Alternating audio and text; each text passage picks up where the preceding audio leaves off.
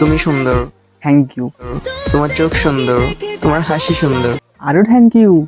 আর তোমার পম্পম গুলা আরো বেশি সুন্দর।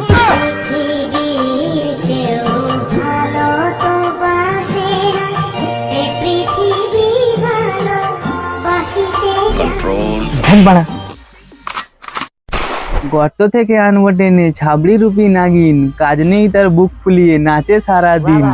কিন্তু আমি মানবো না আর করবো না তো ভয়, তোমরা শুধু দেখতে থাকো ভিডিওতে কি হয়। ভিডিওটি শুধুমাত্র বিনোদনের জন্য বানানো, ভিডিও দেখবো মজা নেবে আর ভুলে যাবে, সিরিয়াসলি নেবে না। কি দোস্ত, সব ভালো তো? সো হে গাইস, আমি রাহুল সবাইকে বলে দিলাম ভালোবাসা, ওয়েলকাম টু আওয়ার চ্যানেল ল্যাথখোর বয়। তো গুরুজন ও আমার ছোট্ট ভাই বোনেরা, তোমরা এই ভিডিওটা স্কিপ করে চলে যাও, আর যারা এই ভিডিওটা দেখতে যাও টুক করে কানে হেডফোনটা গুঁজে নাও। চলো শুরু করি।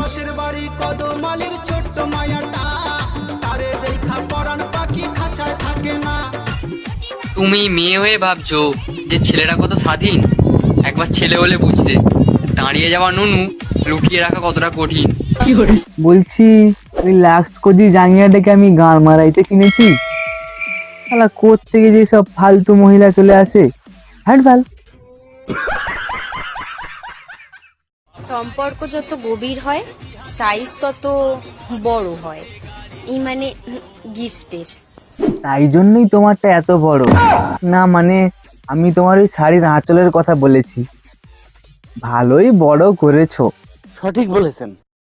বুঝলে প্রিয়, তোমাকে আমি দেব এমন আদর যে ভিজে যাবে তোমার বিছানার চাদর। ঠিক আছে? এ শালার নিশ্চয়ই বিছানায় মোতা রোগ আছে, না হলে আদর করলে কেউ বিছানার চাদর ভিজিয়ে দেয়?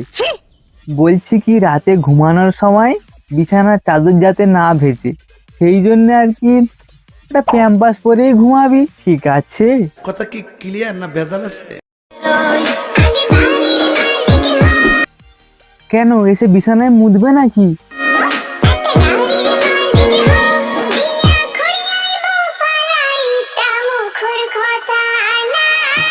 পৃথিবীতে এত মেয়ে থাকা সত্ত্বেও তোমার মতো ছিটিয়াল মেয়েকে বিয়ে করবে? তা বলছি কি, বিছানায় মুতে নিজেকে কি ডুবুরি ভাবছো নাকি?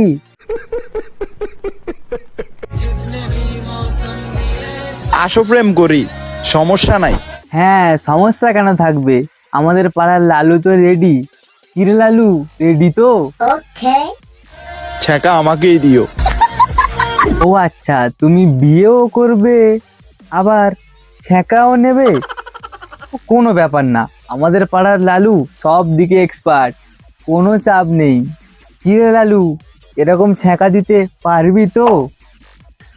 দেখ, তোকে টেলার দেখাতে বলেছি, শালা বেয়াদব কোথাকারে।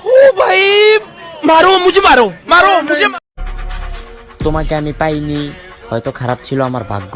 কেন তোমার কাছে আমাদের পাড়ার লালু যায়নি? ও আচ্ছা, তুমি তো আবার বিড়ি খাও। ও আবার আমাদের স্মার্ট লালু, জানো তো, ও স্মোকিং পছন্দ করে না, কি তাই তো? কিন্তু এখন যাকে পাইছি সে আমার সৌভাগ্য। সেটা তোমার সৌভাগ্য নাকি দুর্ভাগ্য, সেটা তো একটু পরেই বুঝবে। যারা ঘন ঘন হ্যান্ডেল মারো তারা একটু কমাইয়া মাইরো, কেন তুমি আসবে নাকি? নইলে বিয়ের পর আপনার বউ এই গানটা গাইবে। তুমি কি পার্থ চ্যাটার্জির গার্লফ্রেন্ড নাকি? না মানে আর কি, ওর গার্লফ্রেন্ডদের তো এরকম এক্সপিরিয়েন্স ছিল, তাই জন্যে বললাম।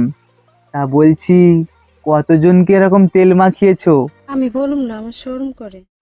ভালোবাসা মজবুত করতে গিয়ে দেখো আবার অন্য কিছু ঢিলা করে দিও না। তোর কথা শুনে আমার প্যান্টের দড়িটাই খুলে গেল। না মানে হিসু পেয়ে গেল। ওয়েট কর, আসছি।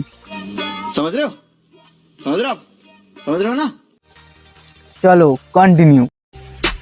তুমি শুধু একবার হাই বলে দেখো। কেন, হিসু করে এসে কি কোনো কাজ নেই? তোকে হাই বলতে হবে? তোমাকে পটানোর দায়িত্ব আমার। বাঁশ ঝাড়ে আছে থাক, সেটা নিজের পেছনে নেওয়ার কোনো দরকার নেই।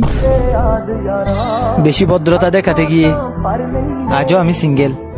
তোমাদের দিদি এত ভদ্র যে সবাইকেই তেল মাখিয়ে বেড়াচ্ছে। ভালোবাসা পেতে গেলে ভাগ্য লাগে। গাইস, আমরা জানি কেউ কেউ হয়তো হাঁকতে গেলে বিড়ি খায়, কিন্তু আর এই ছিটিয়াল মেয়ে ছেলে শালা কাঁদতে গেলে নাকি বিড়ি খায়। আর এতদিন পর বুঝতে পারলাম সেই ভাগ্য আমার নেই। তুই কি বুঝলি আর না বুঝলি তাতে আমার, কিন্তু আমি একটা কথা বুঝি না, তুই এতদিনের ভালোবাসা নিয়ে রাতে ঘুমাস কি করে?